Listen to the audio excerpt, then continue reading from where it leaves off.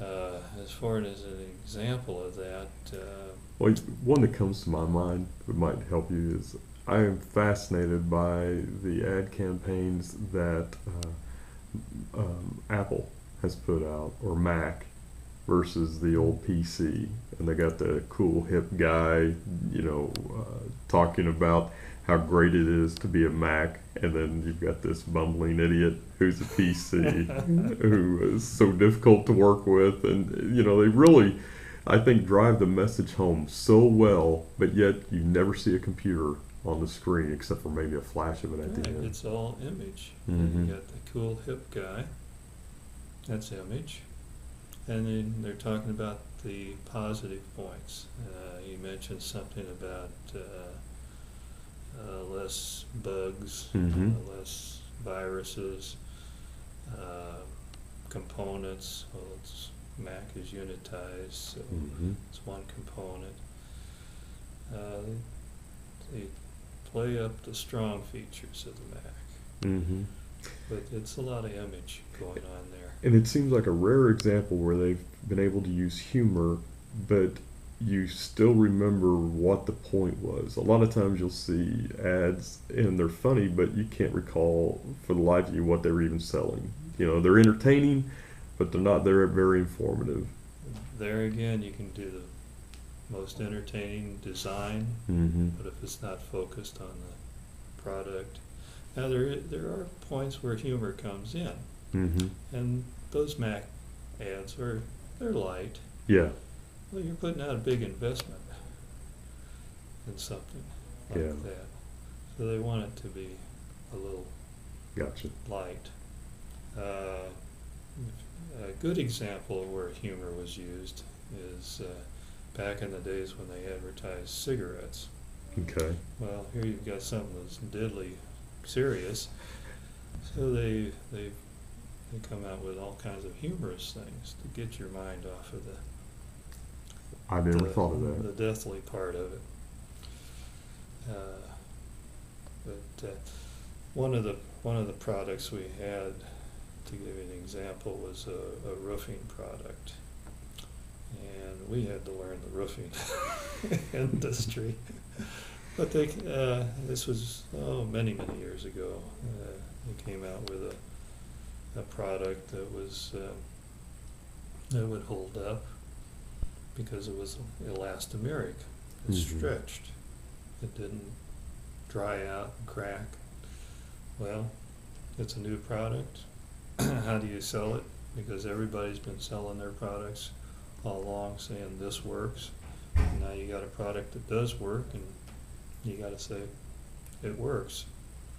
Well, it was a matter of actually showing samples. It was a lot of taking samples and putting them through the tests and showing the tests. And that was where we focused, I see. showing the tests and comparing, just like Apple and PC. Now, they're not really showing too much, Sure. but we got in there and illustrated, shot photographs of test machines breaking the competitor's product and where our product was successful. It's fascinating because something we've discussed in the class is it is important to show the before and after, but you have to be able to validate, prove, or earn people's trust that the after is legitimate.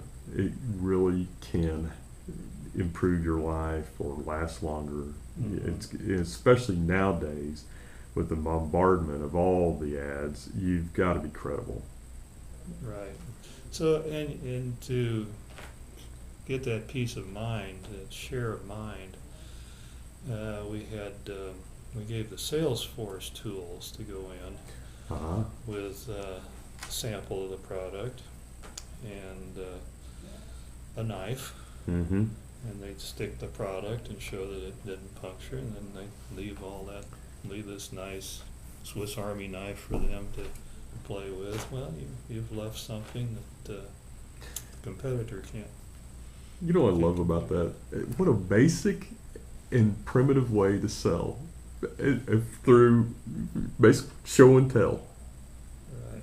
I mean, it doesn't. But it's still used today, and it's still successful. Oh, yeah. But it's used in combination with other methods. Right. And you'll see salesmen go in with food Mm-hmm. and do cuttings. Mm-hmm. Well, a cutting could be, and this was a product we had, was baked beans. You dump the competitor's baked beans, you dump your brand of baked beans, and then you wash away everything except the beans.